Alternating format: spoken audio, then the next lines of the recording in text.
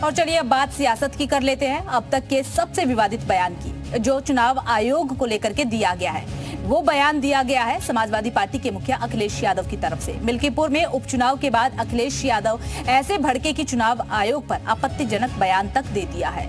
और तो और पार्टी के सांसदों के साथ कफन लेकर भी पहुंच गए हैं।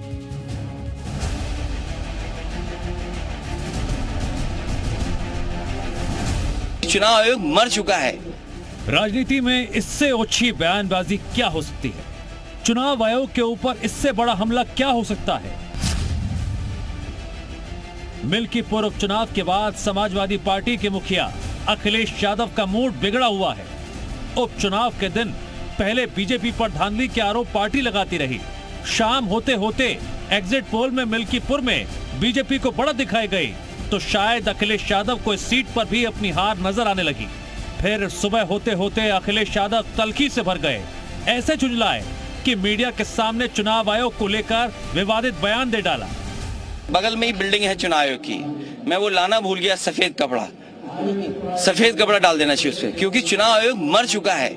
मैंने सुबह से और समाजवादी पार्टी ने सुबह से लेकर के शाम तक जब तक चुनाव खत्म हुआ है 500 कंप्लेंट्स किए, 500 कंप्लेंट। थोड़ी देर के बाद समाजवादी पार्टी के सांसद सफेद कपड़ा लेकर भी आ गए और इस बार भी अखिलेश यादव की सोच सफेद कपड़े पर लिखे शब्दों से झलक रही थी। लेकिन हम लोगों की कई 100 शिकायत करने के बाद भी चुनाव आयोग का पता नहीं लगा कि कहाँ चुनाव आयोग। इसलिए मजबूरी में हमें ये सफेद कपड़ा डालना पड़ा चुनाव आयोग। अखिलेश यादव ने चुनाव आयोग पर हमला किया तो बीजेपी की तरफ से उन पर वार होने लगे। डिप्टी सीएम केशव प्रसाद मौर्य ने सोशल मीडिया के जरिए अखिलेश पर हमला बोला, लिखा लोकसभा में सीटें बढ़ी मगर श्री राहुल गांधी और श्री अखिलेश यादव की राजनीतिक अपरिपक्वता जस की तस।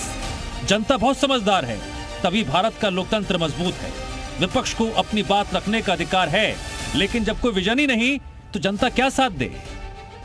वहीं गोरखपुर से सांसद रवि किशन ने क्या कहा वो भी आपको सुनवाते हैं। 24 पे काहे नहीं बोले? जब लोकसभा आप लोग जीते थे तब तो पूरा छाती पीट के तबाही कर दिए थे, पूरा पार्लियामेंट के बाहर पूरा लालम लाल हो गया था सब माहौल। अब ऐसा नहीं बोलना चाहिए। मिल्कीपुर से पहले भी 9 सीटों पर हुए उपचुनाव में बीजेपी को बम्पर जीत मिली थी।